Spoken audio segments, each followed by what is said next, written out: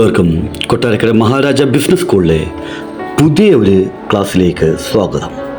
നമ്മളിന്ന് പഠിക്കുന്നത് കരാർ നിയമത്തിനകത്തെ എസെൻഷ്യൽ എലമെൻസുകളെ പറ്റിയാണ്. അപ്പോൾ അതിനുമുമ്പേ ജസ്റ്റ് നമുക്ക് എന്താണ് കോൺട്രാക്റ്റ് എന്ന് ഒന്ന് നോക്കാം. ഇതിനെപ്പറ്റിയൊക്കെ കഴിഞ്ഞ വീഡിയോയിൽ ഓൾറെഡി നമ്മൾ പഠിച്ചിട്ടുള്ളതാണ്. ഓക്കെ, അതുകൊണ്ട് ജസ്റ്റ് ഒരു പാസീവായിട്ടാണ് നമ്മൾ ഈ വീഡിയോയിൽ കൂടി പോകുന്നത്. കരാർ എന്ന് വെച്ച് കഴിഞ്ഞാൽ മറ്റൊന്നുമില്ല, നിയമപ്രകാരം പ്രാബല്യത്തിൽ വരുത്താൻ പറ്റുന്ന ഒരു എഗ്രിമെൻറ്റിനെയാണ് നമ്മൾ കരാർ എന്ന് പറയുന്നത്. അപ്പോൾ കോൺട്രാക്റ്റ് എന്ന് പറയുന്നത് എന്താണ്? എഗ്രിമെൻറ്റ് പ്ലസ് എൻഫോഴ്സിബിലിറ്റി ആണ്. അത് കഴിഞ്ഞിട്ട് എന്താണ് എഗ്രിമെൻറ്റ് എന്ന് നമുക്ക് നോക്കാം. ഓഫർ പ്ലസ് അക്സെപ്റ്റൻസ് ആണ് എന്താ എഗ്രിമെൻറ്റ്. എഗ്രിമെൻറ്റ് എന്ന് വെച്ച് കഴിഞ്ഞാൽ ഏറ്റവും ആദ്യമായി നമുക്ക് മനസ്സിലാക്കേണ്ടുന്നത്, ഒരാളൊരു ഓഫർ നൽകുകയും മറ്റൊരാൾ അത് അതേപോലെ അക്സെപ്റ്റ് ചെയ്യുകയും ചെയ്യുകയാണെങ്കിലാണ് അവിടെ നിന്നുണ്ടാവുന്നത് എഗ്രിമെൻറ്റ് ഉണ്ടാവുന്നത്. അത് കഴിഞ്ഞിട്ട് നമ്മൾ പഠിച്ചതാണ് സെക്ഷൻ 2B പ്രോമിസ് എന്താണ്. പ്രോമിസ് എന്ന് വെച്ച് കഴിഞ്ഞാൽ എന്താണ്?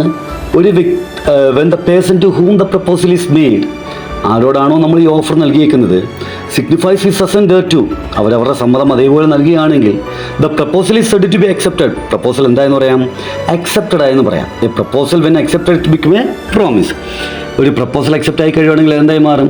പ്രോമിസായി മാറും. അതൊക്കെ ഓൾറെഡി നമ്മൾ എന്ത് ചെയ്യുന്നതാണ്, പഠിച്ചിട്ടുള്ളതാണ്. ദെൻ സെക്ഷൻ 2E എന്ന് വെച്ച് കഴിഞ്ഞാൽ ഒരു പ്രോമിസിനെയോ ഒരു കൂട്ടം പ്രോമിസോ കൺസിഡറേഷന് വേണ്ടിയാണ് ഫോം ചെയ്യുന്നത് എങ്കിൽ അതിനെ എന്തെന്ന് പറയും? എഗ്രിമെൻ്റ് എന്ന് പറയും. അതൊക്കെ കഴിഞ്ഞ വീഡിയോകളിൽ നമ്മൾ പഠിച്ചതാണ്. ഇനി ഇതൊക്കെ വളരെ ഡീറ്റെയിൽ ആയിട്ട് നമുക്ക് പഠിക്കാനെ കൊണ്ടുമുണ്ട്. എന്നാൽ ഇവിടെ മുതലാണ് നമുക്ക് വളരെ പ്രധാനമായി പഠിക്കേണ്ടത് essential elements of A valid contract. From the above discussion, it is clear that all agreements are not contract, but only those agreements are contract which possess some essential elements. നമുക്ക് മനസ്സിലായി, എല്ലാ എഗ്രിമെൻറ്റുകളും എന്താകണമെന്നില്ല, കരാർ ആകണമെന്നില്ല. പക്ഷേ കരാറാകുന്ന എഗ്രിമെൻറ്റുകൾക്ക് ചില എസെൻഷ്യൽ എലമെൻസുകൾ, ചില പ്രധാനപ്പെട്ട ഘടകങ്ങൾ കൂടിയുണ്ട്. അപ്പോൾ ആ ഘടകങ്ങളെ പറ്റി പഠിക്കുന്നത് സെക്ഷൻ 10 അല്ലെങ്കിൽ ഡിഫൈൻ ചെയ്തിരിക്കുന്നത് സെക്ഷൻ 10 സെക്ഷൻ 10 ഇങ്ങനെയാണ് പറയുന്നത്: all agreements are contract if they are made by the free consent of parties competent to the contract for a lawful consideration and with a lawful object and are not hereby expressly declared to be void. All agreements are contract. എല്ലാ എഗ്രിമെൻറ്റുകളും എന്താണ്? കരാറുകളാണ്. If they are made by the free consent of the parties. അവ എങ്ങനെയാണ് രൂപീകരിക്കേണ്ടത്? അതിനകത്തുള്ള വ്യക്തികളുടെ free കൺസെൻറ്റോടുകൂടി ആയിരിക്കണം. Competent to the contract, അവർ കരാറിൽ ഏർപ്പെടാൻ പറ്റുന്ന വ്യക്തികളായിരിക്കണം. ഫോർ എ ലോഫുൾ കൺസിഡറേഷൻ, അതിനകത്തുനിന്ന് കിട്ടുന്ന ബെനിഫിറ്റ് ലോഫുൾ ആയിരിക്കണം. And with a lawful object, ലക്ഷ്യം ലോഫുൾ ആയിരിക്കണം. And are not hereby expressly declared to be void, അവ എങ്ങും വോയിഡാണ് എന്ന് പറയാൻ പാടുള്ളതല്ല. വോയിഡ് എന്താണെന്നുള്ളത് അടുത്ത വീഡിയോയ്ക്കകത്ത് നമ്മൾ പഠിക്കുന്നതാണ്. ഓക്കെ, അപ്പം ഒരു വാലിഡ് ആയിട്ടുള്ള കോൺട്രാക്റ്റിന് വേണ്ടുന്ന എസെൻഷ്യൽ ആയിട്ടുള്ള എലമെൻറ്റുകളിൽ ഒന്നാമത്തെയാണ് ലോഫുൾ ഓഫർ ആൻഡ് acceptance. എന്താ നോക്കാം? there must be at least two parties on making the offer and the other accepting it. അതായത് രണ്ട് വ്യക്തികൾ വേണം, ഒരാൾ ഓഫർ നൽകാനെ കൊണ്ടും മറ്റൊരാൾ അത് സ്വീകരിക്കാനെ കൊണ്ടും. Both offer and acceptance must be lawful. ഈ ഓഫറും അക്സെപ്റ്റൻസ് എന്തായിരിക്കണം? ലോഫുൾ ആയിരിക്കണം. ഇറ്റ് മീൻസ്, അതിനർത്ഥം that they must fulfil the essential terms of the offer and acceptance in order to satisfy the requirement of the contract act. Contract act പ്രകാരം ഉള്ള കാര്യങ്ങളെല്ലാം satisfy ചെയ്യുന്ന രീതിയിൽ ആ ഓഫറിനകത്തുള്ള ടേംസും അക്സെപ്റ്റൻസിനകത്തുള്ള ടേംസും ഇവർ രണ്ടുപേരും എന്ത് ചെയ്തിരിക്കണം? ചെയ്ത് തീർത്തിരിക്കണം, ഫുൾഫില്ല് ചെയ്തിരിക്കണം. ഫോർ എക്സാമ്പിൾ, ഒരു ഉദാഹരണം പറയുകയാണെങ്കിൽ, offer must be certain. Offer എന്ന് പറയുന്നത് എന്തായിരിക്കണം? കൃത്യമായിരിക്കണം. ആൻഡ് അൺഅംബിജിയസ്. അൺഅംബിജിയസ് എന്ന് വെച്ച് കഴിഞ്ഞാൽ എന്താണ്? അവ്യക്തമാവാൻ പാടില്ല. And must be communicated to the person to whom it has been made. ആരോടാണോ നമ്മൾ ഈ ഓഫർ നൽകാനെ കൊണ്ട് പോകുന്നത് അയാളോട് ഇതിനെപ്പറ്റി കൃത്യമായി പറയുകയും ചെയ്തിരിക്കണം. സിമിലർലി, അതേപോലെ acceptance must be clear. Acceptance എന്തായിരിക്കണം? ക്ലിയർ ആയിരിക്കണം. And unconditional. കണ്ടീഷനുകളൊന്നും ഉണ്ടാവാൻ പാടില്ല. And must be given by the person to whom the offer has been made. ഇനി ആരാണോ നമുക്ക് ഈ ഓഫർ നൽകിയിരിക്കുന്നത് അയാളോട് വേണം നമ്മൾ എന്ത് ചെയ്യാനെ കൊണ്ട് കമ്മ്യൂണിക്കേറ്റ് ചെയ്യാൻ. അപ്പോൾ ഇതുമായി ബന്ധപ്പെട്ട വളരെ ഡീറ്റെയിൽ ആയിട്ടുള്ള കാര്യങ്ങൾ നമുക്കിനി പഠിക്കാനെ കൊണ്ട് കിടപ്പുണ്ട്. ആ സമയത്ത് ഇതിനെപ്പറ്റി വളരെ ഡീറ്റെയിൽ ആയിട്ട് നമ്മൾ പഠിക്കുന്നതായിരിക്കും. അടുത്താണ് creation of legal relationship. There must be an intention among the parties that the agreement must be create legal obligation or have legal consequence, which is not in case of social or domestic agreement. എന്ന് വെച്ചാൽ എന്താണെന്നറിയോ? അതായത് കരാറിലേക്ക് നമ്മൾ ഏർപ്പെടുമ്പോൾ ആ കരാറിൽ ഏർപ്പെടുന്ന രണ്ട് വ്യക്തികൾ തമ്മിൽ നിയമപരമായ ഒരു ബന്ധം ക്രിയേറ്റ് ചെയ്യാനെ കൊണ്ട് അവർക്ക് രണ്ടുപേർക്കും താല്പര്യമുണ്ടായിരിക്കണം. അല്ലാതെ സാമൂഹികപരമായിട്ടുള്ളതോ ഡൊമസ്റ്റിക് സ്വാഭാവികമായിട്ടുണ്ടായിരിക്കുന്നോ അല്ലെങ്കിൽ ചെറിയ ചെറിയ കുഞ്ഞു കുഞ്ഞു കാര്യങ്ങളൊന്നും ഒരിക്കലും എന്തല്ല ഒരു ലീഗൽ റിലേഷൻഷിപ്പ് ക്രിയേറ്റ് ചെയ്യുന്നതിന് വേണ്ടിയുള്ളതല്ല. അതുകൊണ്ട് അത് കരാറിലേക്ക് മാറത്തുമില്ല. ഒരു ഉദാഹരണം പറയാം. ഓണത്തിന് ഞാൻ നിങ്ങളെ വീട്ടിൽ വിളിക്കാമെന്ന് പറഞ്ഞു, വീട്ടിൽ വിളിച്ചില്ല. ഓക്കെ, നിങ്ങൾ കൊണ്ടുചെന്ന് കേസ് കൊടുക്കാൻ പറ്റുമോ? ഇല്ല. കാരണം എന്താണ്? ഇവിടെ നിയമപരമായ ഒരു ബന്ധം ക്രിയേറ്റ് ചെയ്യാൻ താല്പര്യപ്പെടുന്നില്ല. ഒരു സോഷ്യൽ നേച്ചറുള്ള സംഭവമാണ്. അതുകൊണ്ട് ഇത്തരത്തിലുള്ള സംഭവങ്ങളാവാനെ കൊണ്ട് പാടില്ല. നമ്മുടെ ഓഫർ ആയാലും അക്സെപ്റ്റൻസ് ആയാലും അതിനകത്തൊരു ലീഗൽ റിലേഷൻഷിപ്പ് മെയിൻറ്റെയിൻ ചെയ്യാൻ സാധിച്ചിരിക്കണം.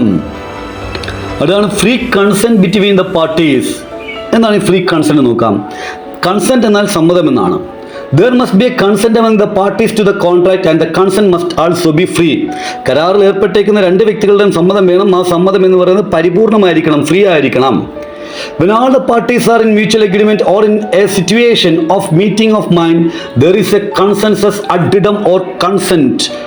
അതായത് കരാറിൽ ഏർപ്പെട്ടേക്കുന്ന രണ്ട് വ്യക്തികളും പരസ്പരം അങ്ങോട്ടും ഇങ്ങോട്ടും മനസ്സിലാക്കുകയും അവരുടെ മനസ്സിലുള്ള കാര്യങ്ങൾ അങ്ങോട്ടും ഇങ്ങോട്ടും കൃത്യമായിട്ട് മനസ്സിലാക്കുകയും ചെയ്യുകയാണെങ്കിൽ അവിടെ കൺസെൻസസ് അഡ്ഡിഡം അഥവാ ഐഡൻറ്റിറ്റി ഓഫ് മൈൻഡ് അഥവാ സമ്മതമുണ്ട് എന്ന് പറയാം.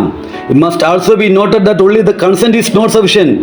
സമ്മതം മാത്രം പോരാ, ഇറ്റ് മസ്റ്റ് ബി ജെനുവിൻ. ഈ സമ്മതം എന്ന് പറയുന്നത് എന്തായിരിക്കണം? ജെനുവിൻ ആയിരിക്കണം. And free also. അവ എന്തായിരിക്കണം? ഫ്രീ ആയിരിക്കണം. ഫ്രീ ആയിരിക്കണം എന്ന് വെച്ച് കഴിഞ്ഞാൽ പരിപൂർണമായിരിക്കണം. ഓക്കെ, അതിനെപ്പറ്റി ഇപ്പോൾ നമുക്ക് പറയാം. Section 14 of the Indian contract act state that the consent is said to be free. കരാർ നിയമത്തിനകത്ത് സെക്ഷൻ 14 പറഞ്ഞിരിക്കുന്നു കൺസെന്റ് ഫ്രീ ആകണമെങ്കിൽ it is not caused by any of the 5 clauses. താഴെ പറയുന്ന 5 രീതിയിലായിരിക്കരുത് നമ്മൾ സമ്മതം നേടുന്നത്. ഏതാണ് 5 രീതി? കൊയേഷൻ, and influence, fraud, misrepresentation and mistake. ഈ 5 രീതിയിൽ കൂടി ആകരുത് നമ്മൾ സമ്മതം നേടുന്നത്. ഈ 5 രീതിയിൽ കൂടിയാണ് സമ്മതം നേടുന്നതെങ്കിൽ അവിടെ ഒരിക്കലും കൺസെന്റ് എന്താകത്തില്ല, ഫ്രീ ആവുകയില്ല. ഓക്കെ, ഇതിനെപ്പറ്റി നമുക്കിനി പഠിക്കാനുണ്ട്. Competence of the parties to contract. കരാറിൽ ഏർപ്പെട്ടിരിക്കുന്ന വ്യക്തികൾ കോമ്പിറ്റൻ്റ് ആയിരിക്കണം. The parties to an agreement must be capable to enter into a contract. കരാറിൽ ഏർപ്പെട്ടിരിക്കുന്ന വ്യക്തികൾ കരാറിൽ ഏർപ്പെടാനെ കൊണ്ട് പറ്റുന്ന വ്യക്തികളായിരിക്കണം. According to section 11 of the Indian contract act 1872, കരാർ നിയമത്തിൻ്റെ സെക്ഷൻ 11 പറയാണ് every person is competent to contract. ഏതൊരു വ്യക്തിയും കരാറിൽ ഏർപ്പെടാനെ കൊണ്ട് പറ്റും if he is of the age of majority. പ്രായപൂർത്തി ആയിരിക്കണം. Is of sound mind. അദ്ദേഹത്തിന് ബോധവും ഉള്ള ആളായിരിക്കണം.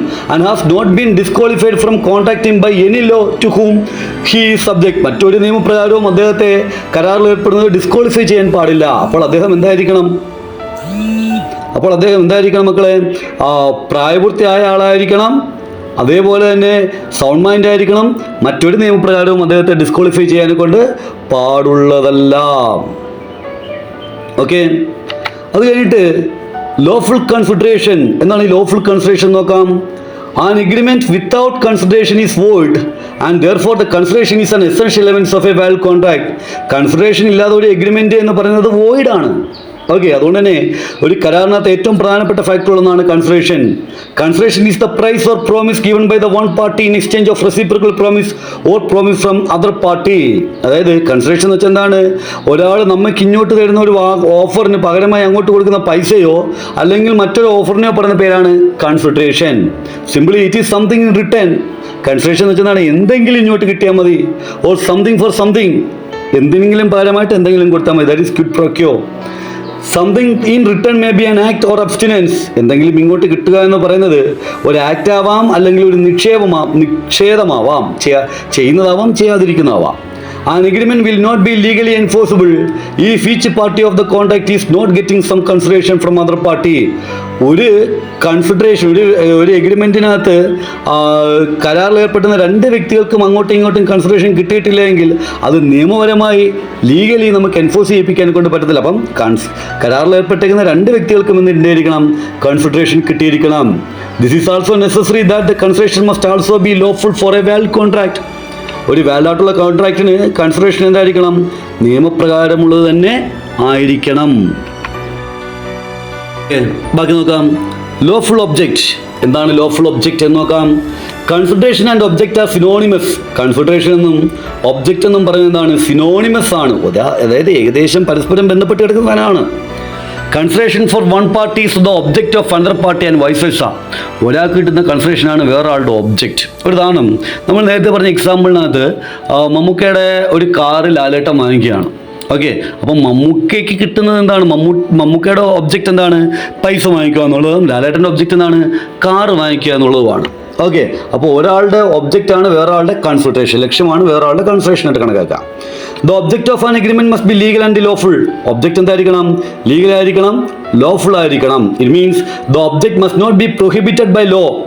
അതായത് കരാറിൻ്റെ ലക്ഷ്യം എന്ന് വെച്ചാൽ തടസ്സപ്പെടുത്തിക്കൊണ്ടുള്ള നിയമവിരുദ്ധമാകാൻ പാടില്ല. Or against the public policy. പൊതുജന താല്പര്യങ്ങൾക്ക് എഗനിസ്റ്റ് ആവാനെ കൊണ്ടും പാടില്ല. ഓക്കെ, അപ്പം ഒബ്ജക്റ്റ് ഒരു കാരണവശാലും നിയമവിരുദ്ധമോ പൊതുജന താല്പര്യത്തിന് എഗനിസ്റ്റോ ആവാനെ കൊണ്ട് പാടുള്ളതല്ല. According to section 23 of the Indian contract act 1872, the object is considered lawful unless. ഒബ്ജക്റ്റുകൾ ലോഫുൾ ആകും എങ്ങനെയല്ല എങ്കിൽ it is forbidden by law. നിയമവിരുദ്ധമെല്ലാം ആകാൻ പാടില്ല. ഫ്രോഡലന്റ്, ഒരാളെ ചതിച്ചുകൊണ്ടാവാൻ പാടില്ല. Or involve or implies injuries to the person or the property of another. ഏതെങ്കിലും ഒരു വ്യക്തിയെ മർദ്ദിക്കുകയോ അല്ലെങ്കിൽ അദ്ദേഹത്തിൻ്റെ പ്രോപ്പർട്ടികൾ ഇല്ലാതാക്കിയോ വസ്തുവകൾ ഇല്ലാതാക്കിക്കൊണ്ടോ ആകാൻ പാടില്ല. ഓർ ഇമ്മോറൽ, അധാർമികമാകാൻ പാടില്ല. Or opposite to public policy, പൊതുജന താല്പര്യങ്ങൾക്ക് എഗനിസ്റ്റ് ആവാനും പാടില്ല. അപ്പം ഒബ്ജക്റ്റ് ലോഫുൾ ആവുന്നത് ഈ പറയപ്പെടുന്ന 5 സാഹചര്യങ്ങൾ ഉണ്ടാകാതിരിക്കുമ്പോഴാണ്. എന്താ? ഫോർബിഡൻ ബൈ ലോ, നിയമവിരുദ്ധമാവാൻ പാടില്ല, ഫ്രോഡലൻ്റ് ആവാൻ പാടില്ല, ഏതെങ്കിലും ഒരു വ്യക്തി അദ്ദേഹത്തിൻ്റെ പ്രോപ്പർട്ടിയോ നശിപ്പിക്കുന്നതിന് വേണ്ടി ആവാൻ പാടില്ല, ഇമോറൽ ആവാൻ പാടില്ല, പൊതുജന താല്പര്യത്തിന് ഒപ്പോസിറ്റ് ടു പബ്ലിക് പോളിസി, പൊതുജന താല്പര്യത്തിന് എഗനിസ്റ്റ് ആവാൻ പാടുള്ളതല്ല. Agreement not expressly declared to be void. ഈ വോയിഡ് എന്താണെന്നുള്ളത് നമുക്ക് അടുത്ത വീഡിയോയിൽ പഠിക്കുന്നതാണ്. പക്ഷേ വോയിഡ് എന്ന് വെച്ച് കഴിഞ്ഞാൽ നിലനിൽക്കാത്തതെന്നാണ് അർത്ഥം. Okay, according to section 24 to 30 of Indian contract act 1872, certain agreement have been expressly declared as void. ചില എഗ്രിമെൻറ്റുകളെ വോയിഡായിട്ട് കൃത്യമായിട്ട് പറഞ്ഞിട്ടുണ്ട്. അവ ഏതൊക്കെയാണ്? Agreement in restraint of marriage, കല്യാണം തടസ്സപ്പെടുത്തിക്കൊണ്ടുണ്ടായിരിക്കുന്ന agreement. Agreement in restraint of trade, കച്ചവടം തടസ്സപ്പെടുത്തിക്കൊണ്ടുണ്ടായിരിക്കുന്ന കരാറുകൾ. Agreement in restraint of legal proceedings, നിയമ നടപടികൾ തടസ്സപ്പെടുത്തിക്കൊണ്ടുണ്ടായിരിക്കുന്ന കരാറുകൾ. ആൻഡ് വേജറിങ് എഗ്രിമെൻറ്റിനെ പറ്റിയും പഠിക്കാനൊക്കെ ഉണ്ട്. ഓക്കെ, ഡീറ്റെയിൽ ആയിട്ട് നമ്മൾ ഇതിനെപ്പറ്റി എല്ലാം പഠിക്കും. An agreement must not be expressly declared as void in accordance with the valid contract. Okay, അതായത് നിയമത്തിനകത്ത് കൃത്യമായി പറയാൻ പാടില്ല ഇവയൊന്നും വോയിഡ് ആണ് എന്ന്. ഓക്കെ, അപ്പം ഈ കാര്യങ്ങൾ നമ്മൾ എന്ത് ചെയ്യണം? വൃത്തിയായിട്ട് ശ്രദ്ധിക്കണം. അത് കഴിഞ്ഞിട്ട് വേറൊരു സാധനമാണ് സർട്ടനിറ്റി ഓഫ് മീനിങ്. എന്താണ് നോക്കാം. According to section 29 of the Indian contract act, the agreement the meaning of which is not certain or capable of being made certain are void. അതായത് എന്താണ് എന്ന് കൃത്യമായി മനസ്സിലാക്കാൻ പറ്റാത്ത കരാറുകളെല്ലാം void ആണ്. ഒരു ഉദാഹരണം ഞാൻ നിങ്ങളോട് പറയണം. നിങ്ങൾ അവിടെ പോയിട്ട് അത് എടുത്തുകൊണ്ട് വന്നില്ല അവിടെ കൊടുക്കുക. എവിടെ പോയിട്ട് ഏത് എടുത്തുകൊണ്ട് വന്ന് എവിടെ കൊടുക്കാൻ കൊണ്ടുവന്ന് അറിയത്തില്ലല്ലോ. അപ്പോൾ ഇതിനകത്തുള്ള മീനിങ് എന്താണ്? സർട്ടൻ അല്ല, കൃത്യമല്ല, വ്യക്തമല്ല, ആംബിഗ്യസ് ആണ്. ഓക്കെ, അപ്പോൾ അങ്ങനെയാണെങ്കിൽ ഈ കരാറുകൾ എന്തായിരിക്കും? void ആയിരിക്കും. It means that the terms and conditions of the agreement must be clear, unambiguous and certain. അതായത് എഗ്രിമെൻറ്റിനകത്തുള്ള ടേംസ് ആൻഡ് കണ്ടീഷനുകളെല്ലാം വ്യക്തമായിരിക്കണം, അവ്യക്തമാവാൻ പാടില്ല, കൃത്യമായിരിക്കണം. പോസിബിലിറ്റി ഓഫ് പെർഫോമൻസ്, അതായത് നമ്മൾ ഈ കരാറിൽ ഏർപ്പെടുന്ന സാധനങ്ങൾ ചുമ്മാ കരാറിൽ ഏർപ്പെട്ടാൽ പോലെ ഏർപ്പെടുന്ന സാധനം നമുക്ക് ചെയ്യാൻ പറ്റണം. According to section 58 of the Indian Contract Act 1872, an agreement to do an impossible act is void. ചെയ്യാൻ പറ്റാത്ത കാര്യങ്ങൾക്ക് വേണ്ടി ഒരു കരാറിൽ ഏർപ്പെടുകയാണെങ്കിൽ അവ വോയിഡ് ആണ്.